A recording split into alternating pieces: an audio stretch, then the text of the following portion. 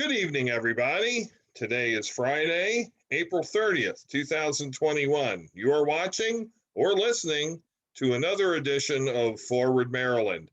Jason, the month of April is now behind us. Yes. What's your favorite April memory? Oh gosh, favorite April memory. You know what? I'm gonna fall back on baseball. Opening day, 1984. Jack Morris throwing a no-hitter on April, I want to say 6th, 1984. Unfortunately, by the way, is that a okay? That's a tree behind you and not a bear. All right. Unfortunately, my stepdad thought it'd be, or maybe it is. My stepdad thought it'd be a really great day for a walk in the woods with family. So unfortunately, I missed that game. But I'd like to believe that had I witnessed it from the beginning, it would be a very vivid memory to this day. How about you? I guess I kind of meant April memory in terms of April of 2021. Nothing good all this year. I have to go back.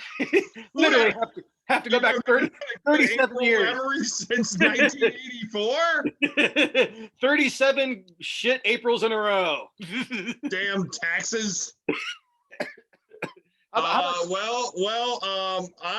gonna go. I'm gonna go Easter Sunday this year, and it was the it shall be known forever in this house as the pogrom of the peeps. Many good peeps passed on that day. Their memories will not be forgotten. Now, were these traditional yellow peeps, or are we talking like the No. Okay. We're talking about many different types of peeps. We're talking peeps in every color of the rainbow.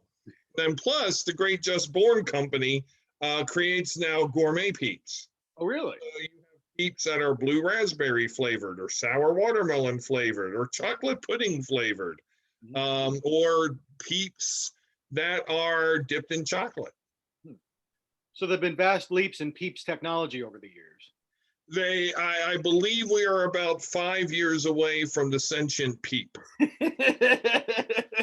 and then 5 years after that, or perhaps 91, the creation of PeepNet, which then shall take over achieve sentience and then take over the world. Yeah, but if the future you were to come back and tell yourself that, would you believe yourself? After the shit of this last year or so, yeah, I think I would actually. I think I would believe anything. Even the concept of liquid metal marshmallow peeps throwing skewers into my eyes. Come with me if you want an Easter basket. But we cannot spend this entire podcast production talking about marshmallow engines of death. Although there is Mr. Stay Puft. But that was another era and another time. Yeah. We have standards to uphold, whatever those might be. And we are here to talk about a myriad of topics, as we have no guests for the evening. It's just us. Also, there's not an earthquake here. What is going on with me and this laptop? It's shaking. I thought you were doing shaky cam. No. Just up in the production value or something. I don't know. They're going to talk about us. The other political podcasters are going to be talking about us. Yeah, but we're doing the Dutch angle for the first time. So I think, or is this a little bit of Batman 65? Da, da, da, da, da, da, da. Meanwhile, at the Joker's hacienda. I love that Cesar Romero, how he's had the mustache on. That was a name I was blanking on for a second. I was like, oh my God, Cesar Romero. Oh my God. The classics. The one time I got to talk to John Aston, who is on faculty at Johns Hopkins, I asked him what it was like to fill in the shoes of Frank Gorshin as the Riddler in the last season of Batman. What was his take on it? He actually was telling me that it was hard for him to not drop into his Gomez Adams character, because that's also at the time as he was filming the Adams Family. And if you go back and look at, I think, those 2 episodes where he was the Riddler, he was done up as Gomez. I mean, he had the Gomez mustache, he had the Gomez hair, but he had the purple mask and the green Riddler suit with the big question mark on it. It was only 2 episodes he did?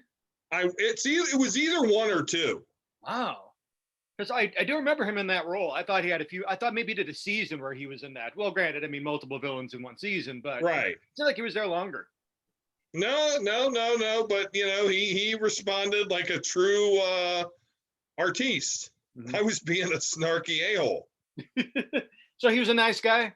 He was a very nice guy, very nice man. I think he's still with us. He's well into his 80s now, John Astin. Oh wow. Oh, by the way, you know who died recently? No. Well, a few people, but Wilford Brimley. I was unaware. No, he legitimately did die. He legitimately died. This isn't an Abe Vigoda thing. No, he. I was looking up some videos and they were talking about him, and then so I'm like, well, let me look him up on Wikipedia, and because they were talking about his resilience relative to diabetes, and but no, he did indeed pass, and he was a badass. I mean, he was like a cowboy. He was a Marine. He was a blacksmith. He went out and he lived a life out there. It was really impressive. Wilford Brimley was like the most benign human being on earth, and yet he would rip your head off and poop down your neck without giving you a second thought. I love that. How awesome can that be? Yeah. Don't F with Brimley. No acting training at all, but he had a friend who said, listen, you should get into this. And his friend's name was Bobby Duvall. So, That's awesome. Well, rest in peace, Wilford Brimley. And, they say Tom Selleck is infomercialing himself into becoming the next Wilford Brimley. They play Magnum, I almost said Magnum Force.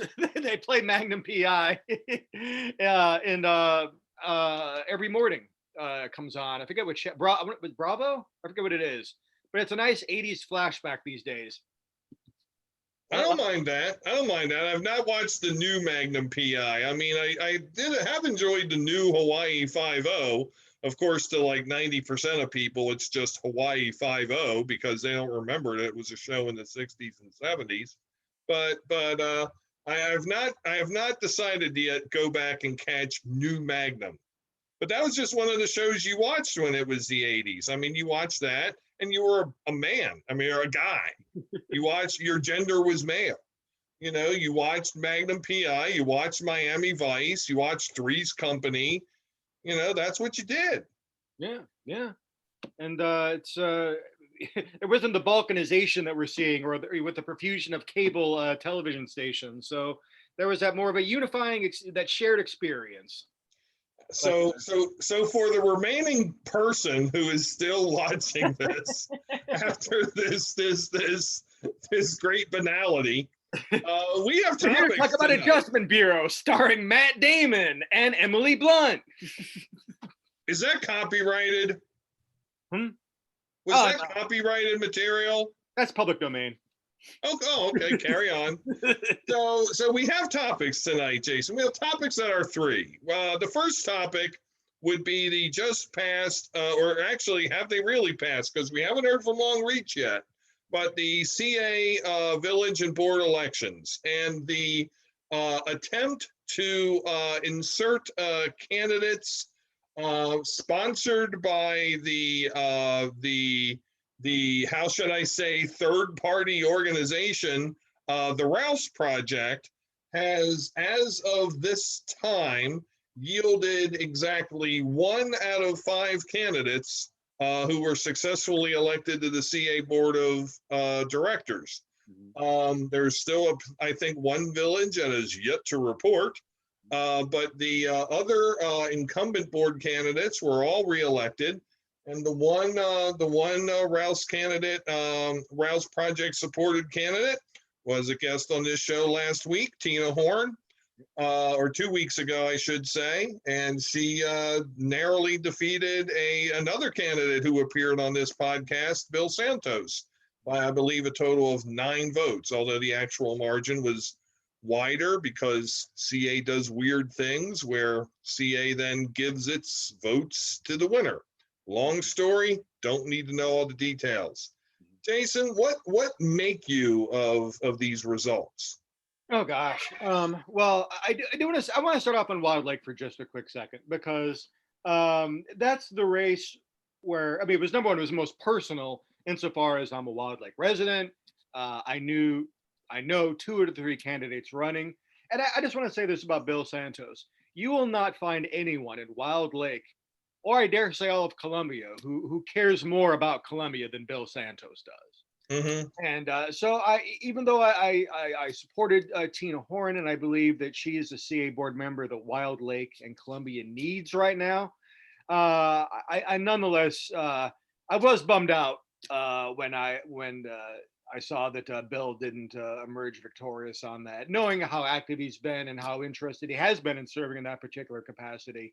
So bummed out from that, but nonetheless pleased that Tina Horn managed to pull it off. And as I wrote on Spartan Considerations, we'd been maybe having a very different conversation today had results in Dorsey Search and King's Contrivance been just slightly different. A flip of 7 votes would have led to the election of Marlon Brown over Dick Bolton. A flip of 17 votes would have meant Broderick Young beating Shari Zarrett.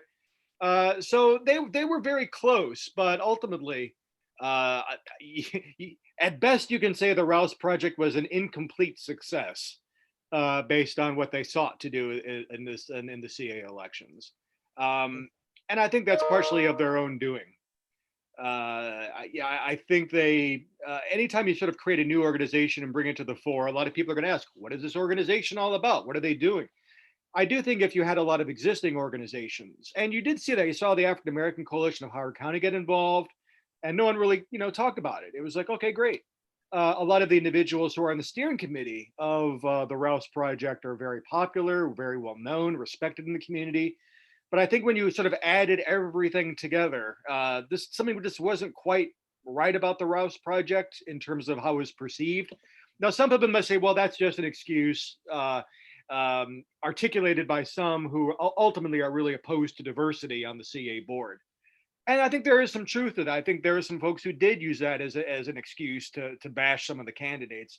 But I do think that from a comms perspective, and for those of you playing bingo at home, just go ahead and put down your marker there. Or drink. Or that. There could have been a much better job handling the narrative construction around this organization and what they stand for. And obviously the transparency issues that we talked about. And I know the folks on the Rouse Project side is like, oh, transparency. This is the big, argument that we're hearing. But, thought experiment, they fully know had the roles been reversed, they would have been yelling for transparency too. So let's be honest with one another. So it was a very interesting thing. And at least I think it helped create enhanced turnout in multiple villages, which is good. And you also had some really interesting village board races as well, especially in Hickory Ridge. But ultimately, I just can't see the Rouse Project. I don't know. I'm not sure what its role is moving forward. I guess that's the question. I think some reinvention might be in order. What are your thoughts? Yeah. So I agree with most of the things that you said. I do agree that the transparency issue is not a canard. It's not a thing. And, it is a real issue. And there are some who are using it as an excuse. And there are those, who see conspiracy behind every door, who, regardless of how transparent the Rouse Project would have become, they still would have been angry, upset, bitter, and annoyed by the fact that it existed. Whether it will continue to exist, I would be interested in that.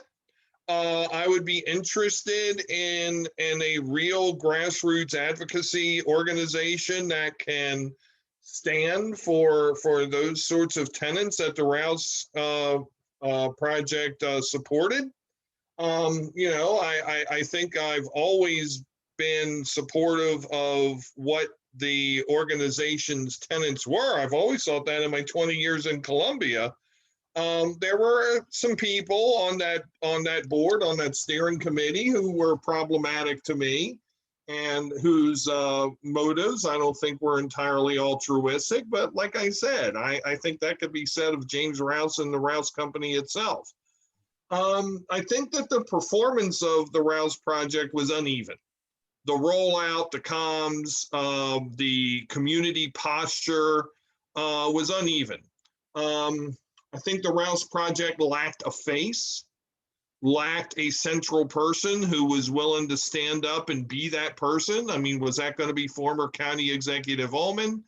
Was that going to be, a few people who we know who were, current and or recent former and not so recent former elected officials? I mean, C. Vernon Gray as the face of the Rouse Project could have been a very powerful image and voice. But we didn't have that, and so that just lent itself to the perception of lack of transparency. There was no, there was some uneven messaging, such as, well, the transparency isn't necessary because we're complying with all of the laws pertaining to our race. What? There were no laws. Absolutely no laws. This was an election to be on the board of a flipping homeowners association. There are no laws. There are no reporting requirements for that. It doesn't exist. Don't say you comply with something that doesn't exist. That's like saying I'm following the code of the United Federation of Planets. It doesn't exist. Well, I'm code compliant. I don't know about you. Well, I know that you follow Uncle. So, I mean, what can I say? The charter of Uncle. How is Uncle nowadays? Oh, God. Oh, I can't. Yeah, you just can't talk about it. Anyway, back to it. So that said, I think that they really had an opportunity. I mean, I think they had an opportunity to not just double down and triple down. I think they should have been loud and proud and out there with who they are and what they believe. And I do think they certainly raised a lot of money and garnered a lot of support for these candidates. They did a lot to support their reelection, or their elections, I should say. In one case, there were reelections. And I guess I should say 2 of the Rouse supported candidates won, because it wasn't just Tina Horn, it was also Jessamine Duval, who was running for reelection. So pardon that correction. But I think they could have done more. I would have expected more. I would imagine that when we have Rouse 2.0, that there will be more. I think their effect on the elections were profound. Every race got closer, the ones that were not successful. I just saw the Oakland Mills Village results, and the results were not that altogether heartening. In 2020, the incumbent candidate defeated her opponent by a 471 to 147 score, so a 224 vote margin. And I forget the actual numbers, but I believe this year, I think it was something like 461 to 162. Oh, wow. In this year's election. So the margin was shrunk from 224 to 199.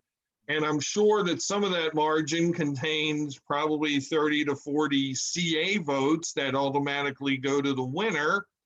But the raw vote total for CA board in Oakland Mills only went from 618 to 626. So I'm not saying that the Rouse Foundation was something that brought the boys out to the yard. It was not Oakland Mills' milkshake. So I don't know what would be. I mean, and I felt very strongly that the person who's the CA board rep in Oakland Mills needs to be replaced. Is an awful person, awful representative. And I very much supported Rashida George, who, regardless of whether she was on the Rouse Project or not, I would have supported. And she was an active village board member before being involved with the project. Mhm. So I think the Rouse Project overplayed their hand in just kind of saying, well, we're going to throw the Rouse name, we're going to, get the people who organize Symphony of Lights to send out emails. We're going to rely upon these trusted Columbia tropes in order to effect electoral change and so doing social change in Columbia. I think they overplayed that. And I think they underplayed, just what it would take to be a stand-up advocacy organization, which is a little frustrating because the people who I know who are on that steering committee know what to do, know how to organize, know how to campaign, know how to do this. And maybe they did. Maybe they did the best they could. I'm sure they did the best they could. But I guess what I'm wondering is that if they couldn't lop off some of these jokers, who could? And that gets to my other point. Not only do I think we'll see Rouse Project 2.0, where they learn from their errors and rectify, but I have to wonder what else we might see. A big loser in the village elections was former county exec and state delegate Liz Bobo, whose support of the third candidate in the Wild Lake race very possibly slanted that election in favor of the Rouse Project supported candidate, which was exactly what Liz Bobo did not want. I absolutely agree on that. Yeah. But one has to wonder if there's not another group of Bobo-philes, let's not call them the Bobo Fetts, who would want to organize in the different villages, especially since next year all 10 villages will be up for election. Not just the 7. And, then there's, probably the saddest result of the Columbia elections this past April was that Matt Levine, he of the hate-filled rhetoric about anti-school equity, was reelected to the River Hill Village Board. I personally condemn the village of River Hill for returning Matt Levine to the board. And I personally will not set foot in the entire village of River Hill until he's out of office. He's a sham. He's not somebody who deserves a place in county politics or in local affairs. So, and we got the highlight. Yes. Yes, we do. So well, he's a public person, so he should be a stand-up guy and listen to public criticism. Mm-hmm. So whatever that is, whatever people who are like him believe, will those people organize and start, fielding candidates who, don't want, whatever it is that they don't want, because it's only that they don't want, it's not that they want. So I wonder if we're not seeing the beginning of something resembling party-based elections in Columbia, which, considering as the town itself votes overwhelmingly Democrat, is weird. But I wonder. I guess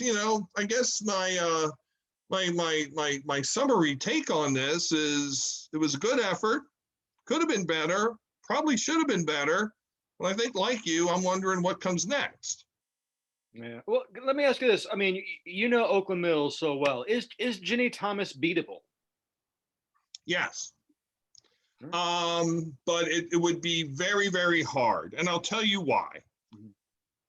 People in Oakland Mills do not see the 75-year-old woman who, as recently as, well, I shouldn't say 6-7 years ago, as recently as about 3 weeks ago, sent out an email filled with dog whistles and invective and lies about her opponent.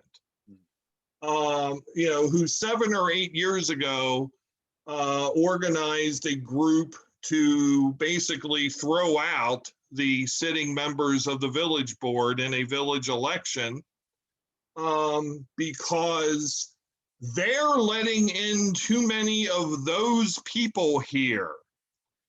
I have never seen a liberal community go, wait, what? We have poor people here? We have people whose skin is darker than ours? We have people who don't speak English as their first language? Our property values. Our property values. It was like the nonsense we saw in the county this past year with the school redistricting, and like the CB9 debate several years ago. It was Howard County at its worst. So that is a thing to combat. That is a very serious thing to combat, because this woman will say or do anything just so she can keep her little title and her office. I mean, having an office and having a title must mean a lot to this lady. And she served as a state delegate. She served as a Howard County Council member. She has served several years on the village board now and as CA board member. But she's Don Shula. I mean, the game has passed her by. I mean, it's sad. It's like the damn what was it in The Dark Knight when they said you either die a hero or live long enough to become the villain. She and Liz Bobo both fall into that category. They've lived long enough to become the villain. So somebody can beat them, but they have to do it. They have to start early. They have to realize they're going to be attacked. And, we were talking earlier about some of the tactics that are said. I think the fight really needs to be taken to her. I think, that there are contemporaneous things that she is doing as the CA board member from Oakland Mills, which are against the community's values. And if somebody does not bring her directly to task for that, then we're going to keep seeing these election results. Because just saying we need somebody new is going to get your butt handed to you by 200 plus votes. You need to not just say why you're new, but you need to say why she's not good, because she is going to get 420, 430 votes.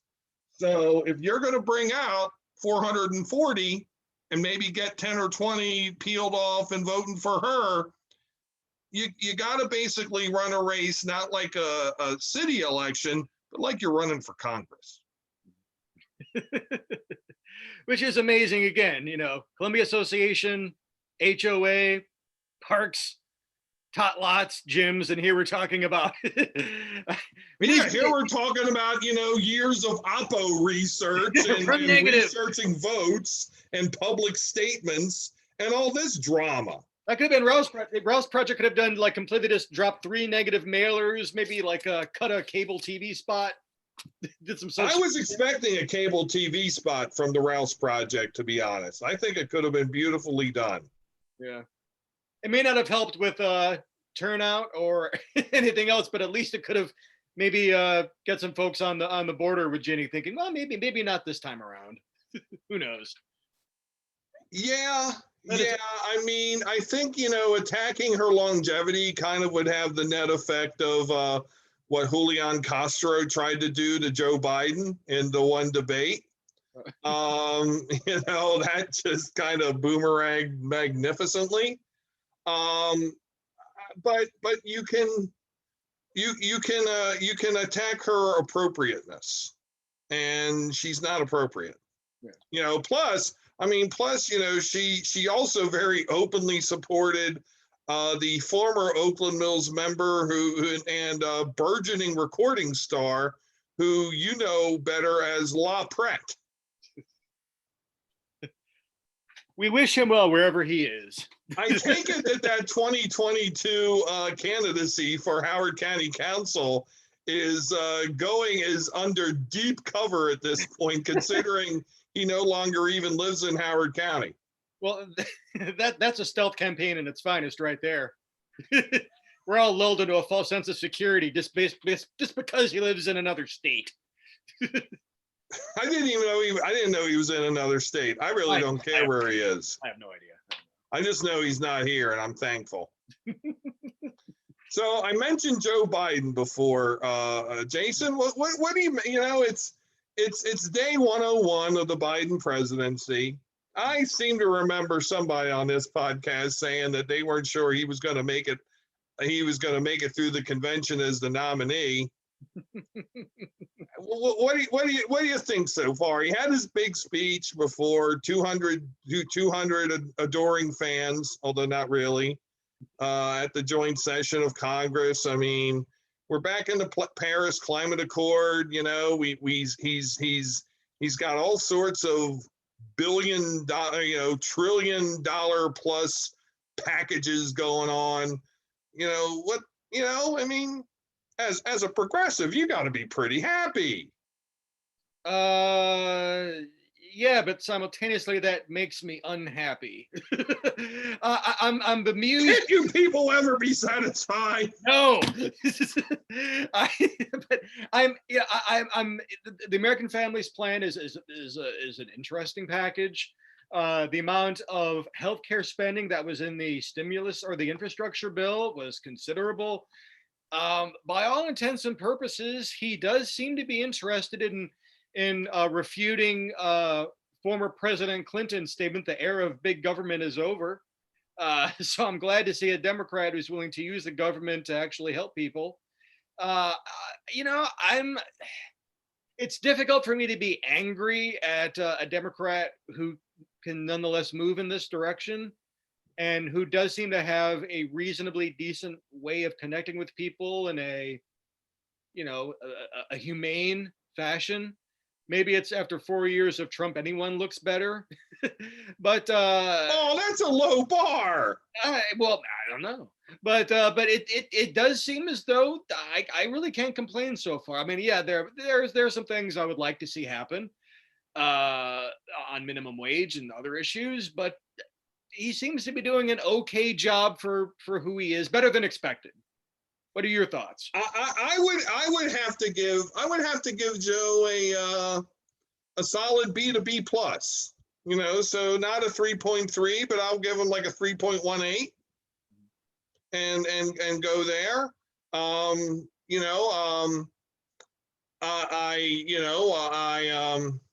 I was very happy with the stimulus package for COVID. I mean, that was what needed to be done. Not that happy about, the back and forth on the minimum wage. I mean, it seems like that's a rallying cry / bargaining chip.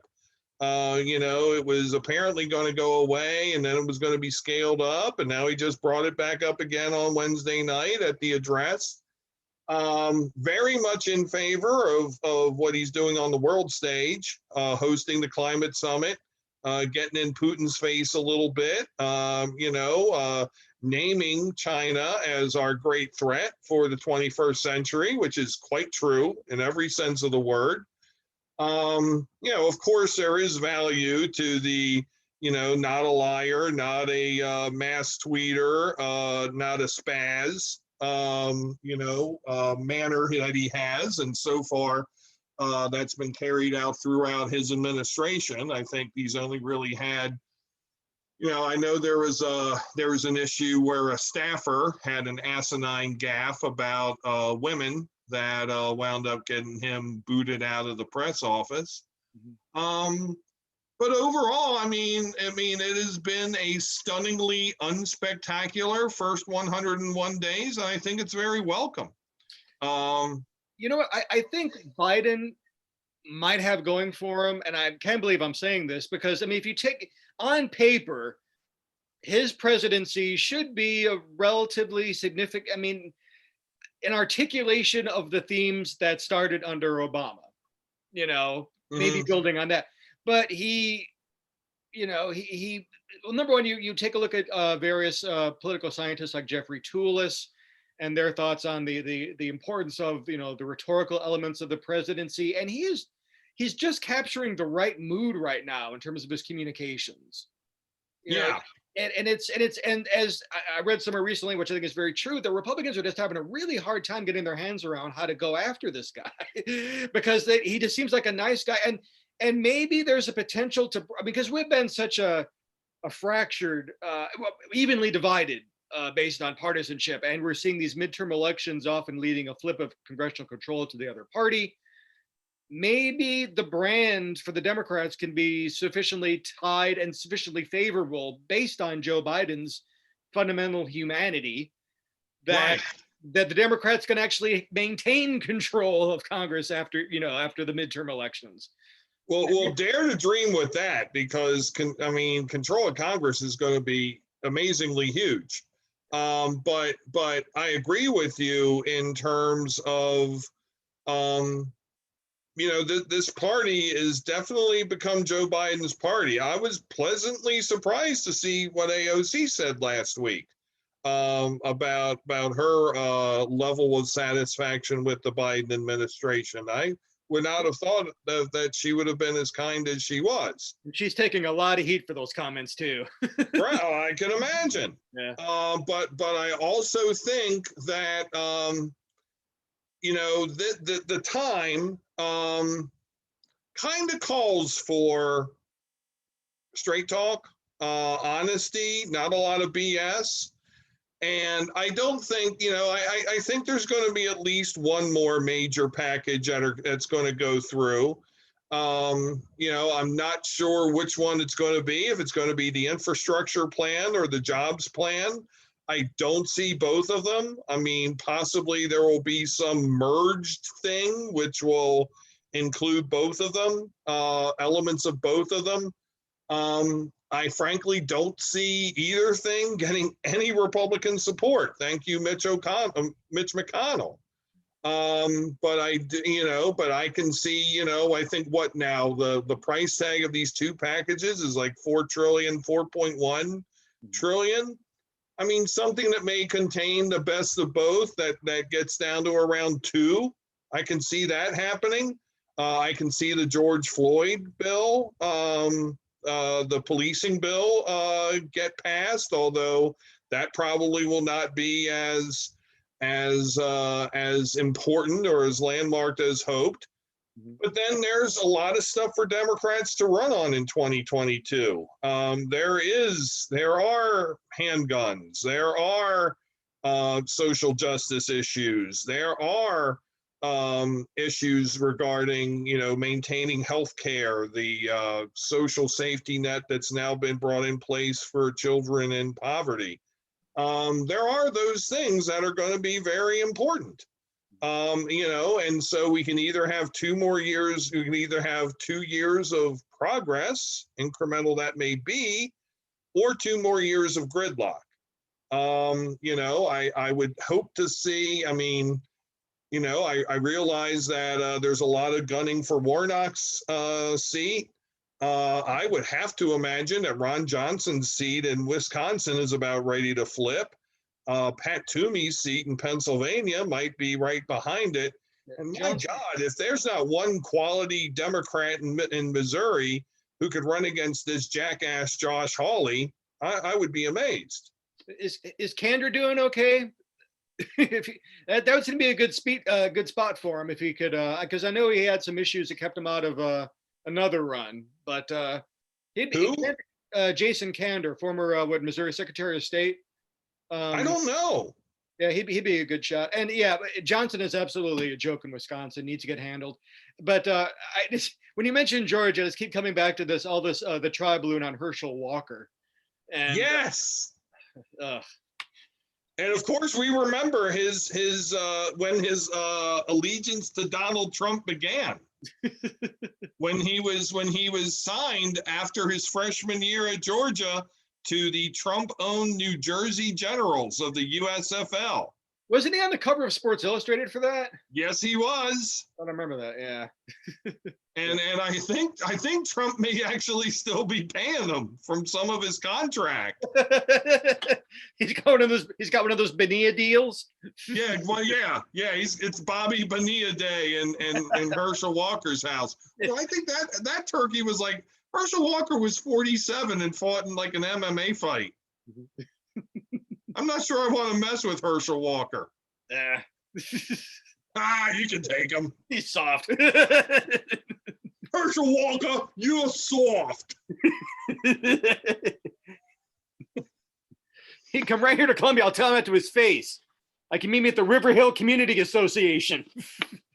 Man, River Hill's just hot on our minds tonight, isn't it? Oh, God. I was going to meet people at the River Hill Community Association once, and then I decided I didn't want to waste my time with losers. Well, just a few people over there. A few people are losers, or a few of them aren't losers? Oh, oh well. Yeah, I don't know why I'm just beating up on River Hill tonight. Maybe because it's there. they're just taking it. Why do we have River Hill? Oh, that's right. I remember. Liz Bobo voted against certain types of housing when she was on the county council. Oh, there you go. All right. So we got CA. We got the talking. Jason, I have to tell you, I'm a little bit. I had a brush this past week with. I was scammed. Oh my God! I was attempted to be scammed, and I'm here to tell the story.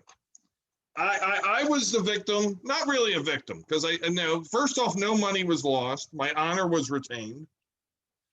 And however, I received one of those phone calls from somebody looking to tell me that if I did not act, my Social Security would be revoked. Now, I'm not sure what aspect of my Social Security, my number, my benefits, the Woodlawn campus itself. I'm not sure what part of Social Security was going to be revoked for me.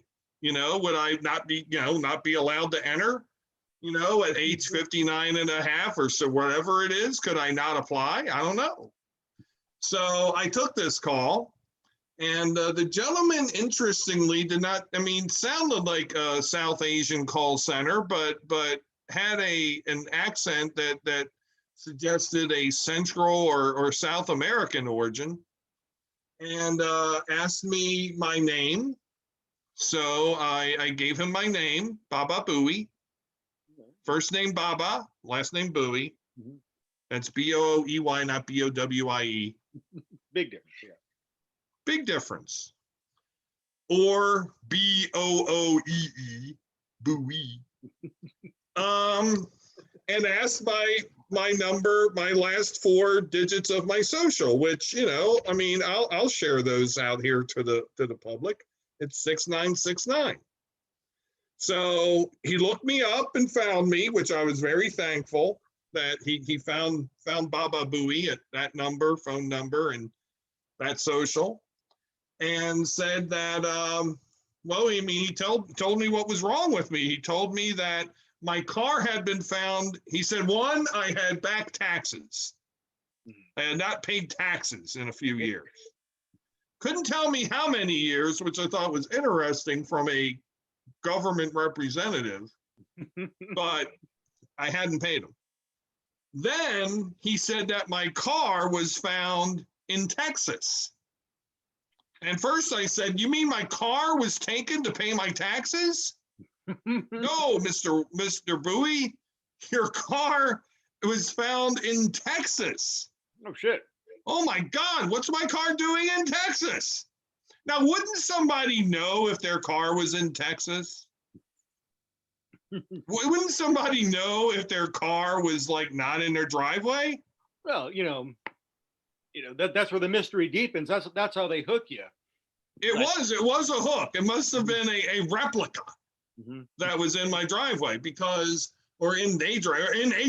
Mr. Bowie's driveway, because apparently what was found in my car in Texas, in addition to owing back taxes, my car was in Texas with blood and drugs.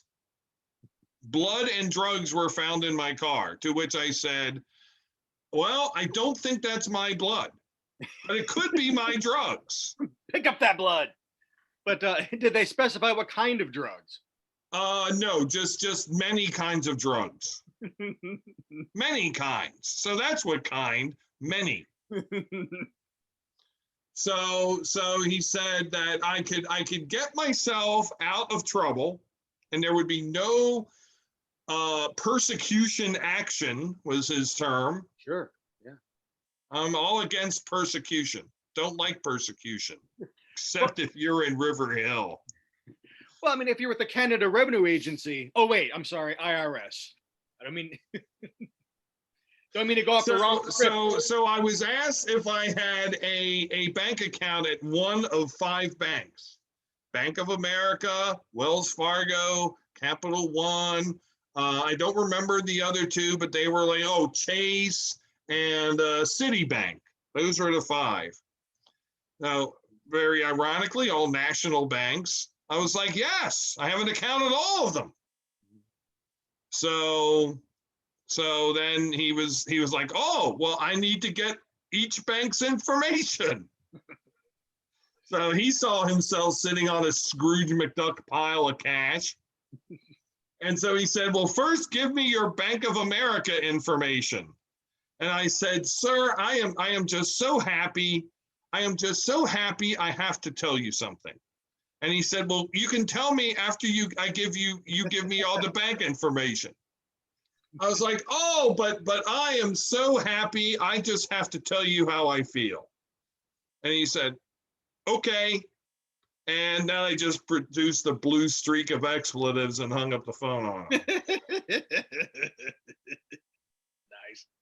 I mean, I don't feel, I know there are some out there in listener and viewer land who are going to be like, Bill, that was somebody working for a pay. You didn't need to waste their time. No. I don't know what that person was making, and I don't care. That person's job was to try to steal people's money.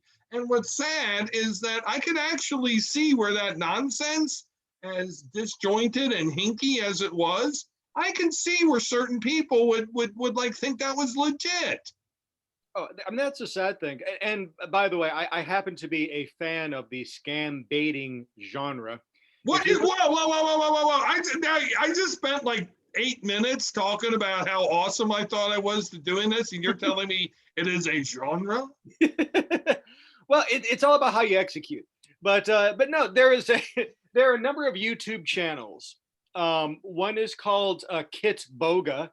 Another one is The Hoax Hotel. And there's this other guy, I'm blanking on his name. I want to say there's a character named Panini Siplowitz on who is oh god, it goes back to one of the channels I just mentioned. But no, there's a lot of really quality content out there. It's about people that have experienced dealing with scammers. They record their conversations and they play them for the amusement of others. And I gotta say, it seems to be very enjoyable when you're wasting someone's time who otherwise would be busy trying to scam, just ma and pa, who knows who from what knows where, and which is all they do. It's a numbers game. They've got phone numbers and email addresses. They contact a bunch of people, and some of them have plausible sounding cases. Your Amazon Prime account has been compromised, and we're here to help you with that. Oh, just one thing, and it's just there's a whole you can just easily go down the rabbit hole of YouTube, but there's a lot of entertaining people who are fighting back against those folks. So I strongly recommend checking it out. I need to check that out. I shall look at that. I shall accept your recommendation, kind sir. There's some very amusing ones, and you will definitely gain a lot of wisdom as far as Hindi swear words are concerned. You will learn a lot of language. I don't think this person was of that origin, though. I don't know where they were from. That's right. Well, they have call centers all around the world, but when you mention the combination of the potential accent, they do have a lot of Philippines call centers. I mean, that could be because in the background noise was this 1970s TV newsroom track Mhm. You know, and for a while it was in vogue on the local newscasts to hear like, teletypes and phones going off while the news anchors read their news, and it sounded like that. Mhm. Yeah, that's you can commonly hear the background noise in a lot of those as well, which usually gives a tip off. This is probably going to be something scammy and scummy. But yeah, listening to the background sounds, especially someone who's losing who's losing the deal, it's a very satisfying sound. Yeah, yeah. Incidentally, I take back everything I said about River Hill. Why the change of heart? Well, I mean, I don't know. I mean, there are nice people who live in River Hill, and I might on the rare occasion stop into a local establishment for refreshment. They have a nice gym. That's good. Incidentally, it is Columbia Association property, so apparently the good townsfolk there don't mind it. I will say though that one particular village board member who I mentioned, I will just say I wish him well. Which is a sporting thing to do. I mean, well, and it's not well. If you look at their current board, the village board, aren't there a couple of folks on there that have expressed some contrary opinions? I want to say our friend Eric Greenberg is on the board too over there. There are just there's just some weird cats over there. I mean, I would really kind of just like to understand what gets in their heads. I would just really like to understand how they think, if they think, why they think. We have this thing in this county that like everybody has to have their voice heard. Well, we don't have a thing. A few people have this thing. And I just think that's kind of stupid. I mean, there's a lot of people who aren't getting their voice heard, and shouldn't we be trying to reach out to find them? I've never understood, the several tropes, the caring developer is a trope that I don't really quite get. Also the developer with a heart of gold. Right. The up in arms white family or other family, really race unimportant, that's earning, top 1% money, which would be a household of $400,000 or more. I don't get that. What do those people have to be angry about? But those are two tropes that exist in Howard County, and one is a left-leaning trope, one is a right-leaning trope. I don't understand either of them. That's what makes Columbia unique. Granted, the trope occurs in other places, of course, but it does seem as though there's a particular resonance of those archetypes in our community these days. Yeah, yeah. What do we do? You know what? We should scout out candidates for the 2021 village elections. I've got a great name. Are we still? We're still on and recording. Yes, we are. I've got a great name. I've got a great name for it. What? The Alan Parsons Project. Well, we can all just look towards the guy in the sky.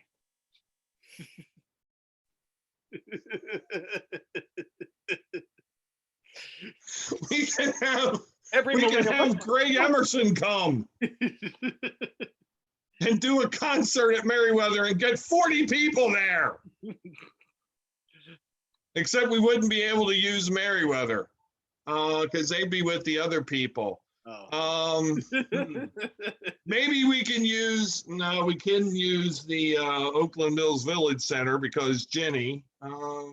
Slayton House. No, maybe. Or how about just a random field? Yeah, that would probably work. So I like it. The Alan Parsons Project coming in 2021. We're gonna get letters from some lawyer. I know this. Cease and desist. I don't know. Yeah, whatever happened to that other thing with those other people? Oh, the lesson about that, the better, I think. I don't know. Okay. I've heard nothing. Me neither. Well, Jason, we've excelled tonight. And answers to everyone's question: no, the show is not scripted. But we had fun. Normally we are a little bit more on point, but it is Friday evening and we are tired. So Jason, tell it like it is. I'm sorry. Any words before we close this evening? Ryan Mountcastle. What do you think? 2 for 4 tonight?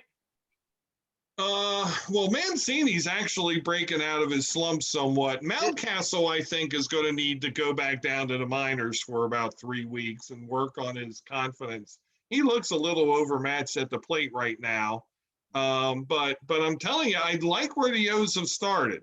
I mean, when the only 3-game series that they, did not play AL East competition, they pretty much handled Texas in Texas.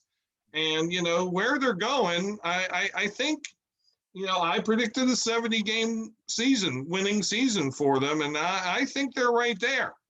I remember that prediction, and I pishawed, but only slightly, thinking, maybe 68, maybe 65 felt about right. But, they've been showing a little bit of one of those youth movement kind of teams that are really fun to watch. Well, and Matt Harvey seems to have been rejuvenated some. So now we have 2 good starting pitchers. A little bit disappointed by Kramer. The Ellicott City kid, Zimmerman's good, but I think he just needs seasoning. He just needs to keep throwing. And yeah, then the 5th guy, Lopez, I think is pretty decent. And mid-season, late season, some of these other arms should be coming up.